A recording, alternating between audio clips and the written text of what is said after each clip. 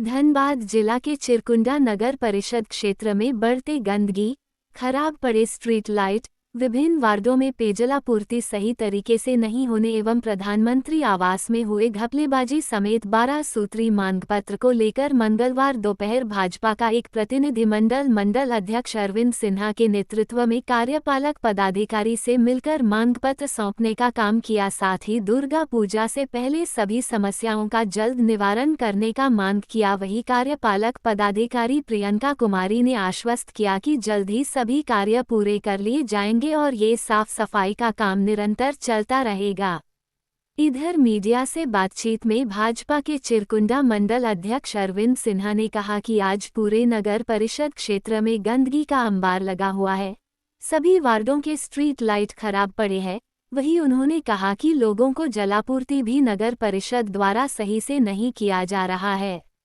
इधर श्री सिन्हा ने कहा कि प्रधानमंत्री आवास के आवंटन में धांधली की जा रही है। जिन लोगों को आवास मिलना चाहिए वैसे लोगों को न मिलकर ऐसे कई जनप्रतिनिधि हैं जिनके परिवार को एक नहीं 3-3 आवास का आवंटन किया गया है। वैसे सभी लोगों की जांच कर रद्द करने का काम किया जाए।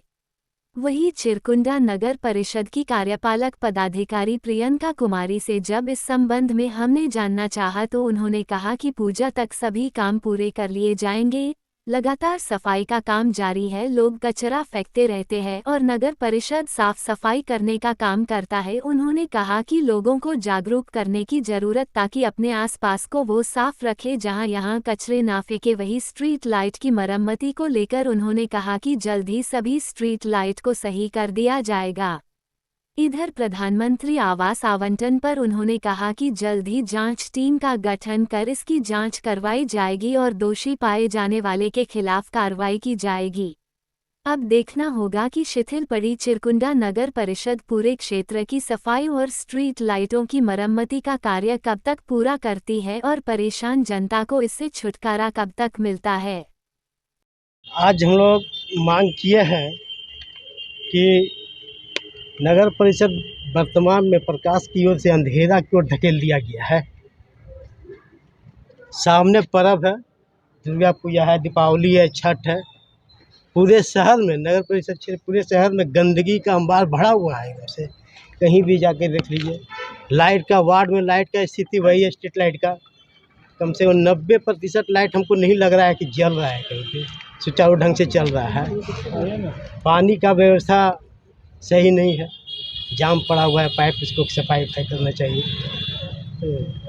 एक मुद्दा आप लोग के लिए अभी उठाया गया, जो यहाँ के पदाधिकारी थे और उनके वो आवास का लाभ लिए हैं, प्रधानमंत्री आवास योजना। हाँ, तो क्या है वो मामला? वो मामला जो इस कैटेगरी में आते हैं लेने लायक हैं वो तो ठीक है, और जो लेने लायक नहीं है उस पर जांच किया जाए, जांच करके उनको बताया जाए कि कैसा है नहीं। अभी कितने मांग पत्र सौंपे हैं, कितने मुद्दे हैं मांग पत्र? अभी हम 12 मांग पत्र सौंपे हैं।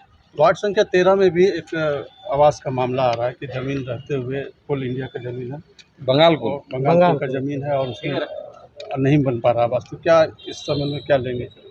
इस संबंध में तो हम लोग दिए हैं कि वैसे जगह में भी आवास दिया जाए, आवास बनाया जाए वैसे जगह में भी। जितने मांग पत्र दिए हैं, क्या कितने समय है, क्या नहीं होगी पूरी तो आगे आप लोग क्या करेंगे? क्या नहीं होगी पूरी तो हम संगठन की तरफ से आंदोलन करने के लिए बाध्य हो जाऊंगा मैं।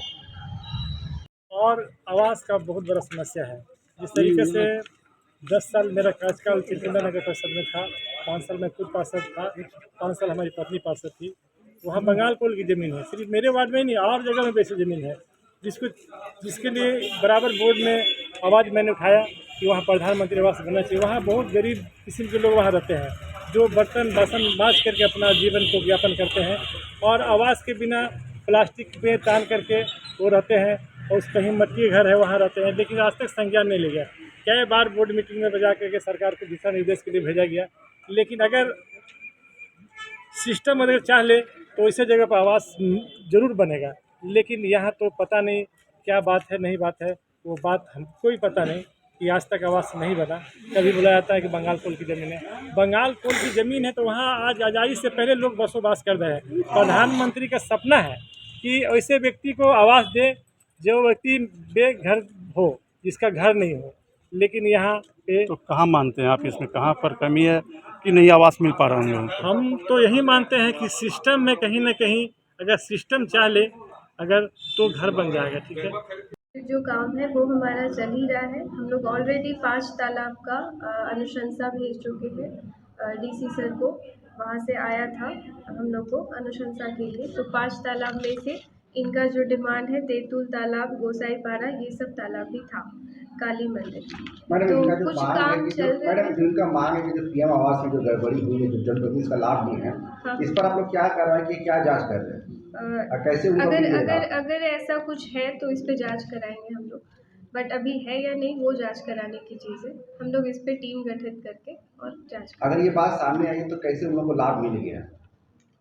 अगर सामने आएगी तो मैं देखूंगी कि किस रूल और किस ये के तहत, ग्राउंड के तहत उनको मिला है। बट अभी कुछ ऐसा फैक्ट्स हमारे पास नहीं है। फैक्ट्स आता है तो हम आपको बताएंगे।